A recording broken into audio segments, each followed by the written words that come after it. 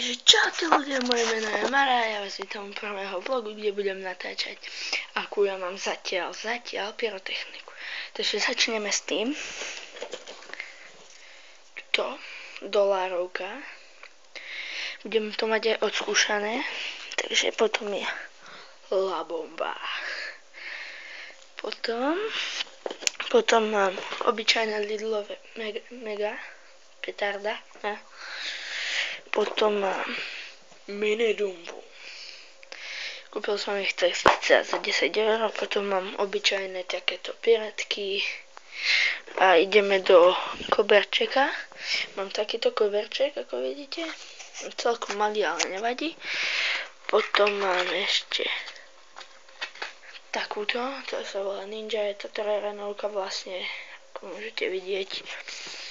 Potom ideme do väčšieho ohňostroja. Ohnivo Gáciu. Mám ich viacero. Mám ich 3 ešte z minulého roku. A potom sa ešte uvidí. Potom mám také väčšie, napríklad, že Bumbác. Potom ďalej idú Apollo, ako vidíte. A ešte mám aj nejaké ostatné, už polovicu z nich vybuchané. A ešte tu mám zapalovače. No takže pre toto videjko by to bolo všetko. Dneska ešte idem do obchodu, takže samozrejme nakúpim. A pre toto videjko by to bolo všetko, takže končím. Čaute.